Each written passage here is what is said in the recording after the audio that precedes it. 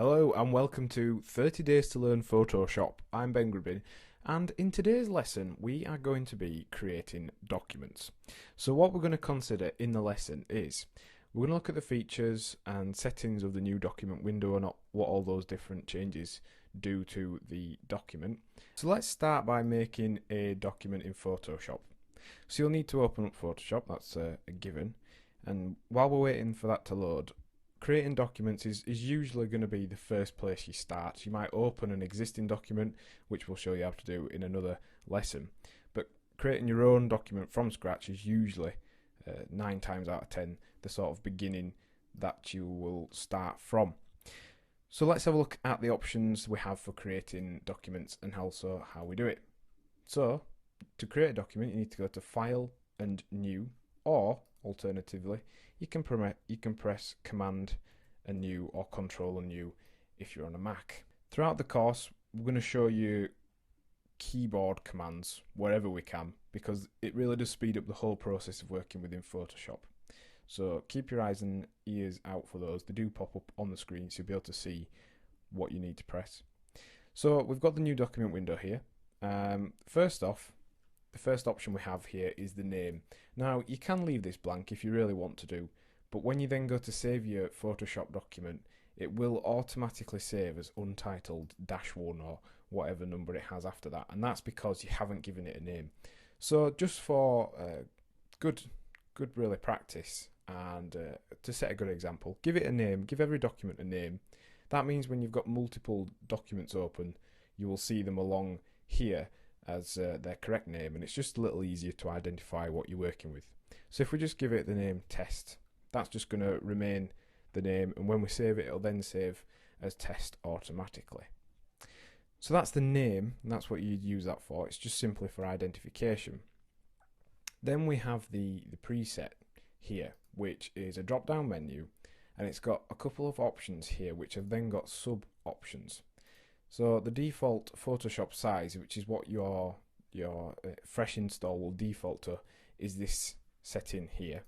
But also you've got various for US paper, you've then got size options, you've got international paper, photo, web, you've got film and video, mobile and devices, and also a custom setting. And once you actually change any of these settings, if we go back to Photoshop default size, if we put that 12.9 or 12.99, it then becomes a custom setting, and you can actually save presets if you wish to do so. For example, if you were going to make a document that a size or a certain resolution that you would reuse over and over.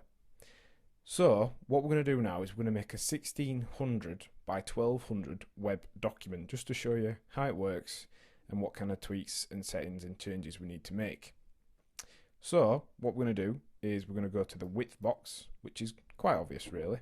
We're going to enter in 1600, and let's watch what happens now.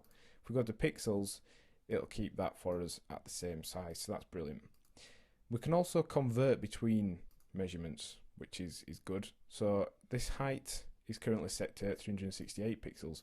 If we go on to inches, it will convert it automatically to inches at the current resolution and bit size. So that's good. That works really well for converting between different units and scales very quickly. So let's just go back to pixels. Now you see we've been using this option here. Photoshop has got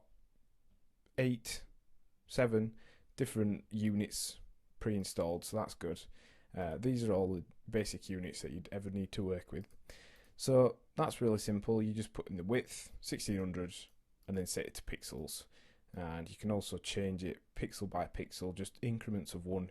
If you click onto the width name, you'll see the icon change to this hand with an arrow, and you can drag it left and right. That's just a very quick and easy way of changing that. So to set the height, again we do the same thing. We go to the height box, press 1200, and that's done.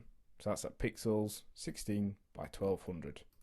Now the resolution generally for the web, you want it to be 72 dpi, your kind of generic web resolution. So if we go to pixels per inch, you notice we were on pixels per centimetre before, and 28.346 is actually 72 pixels per inch. So if we set that to 72, generally that's going to either be 72 or 300 if you're going to work with print files. The next option we have down here is the colour mode.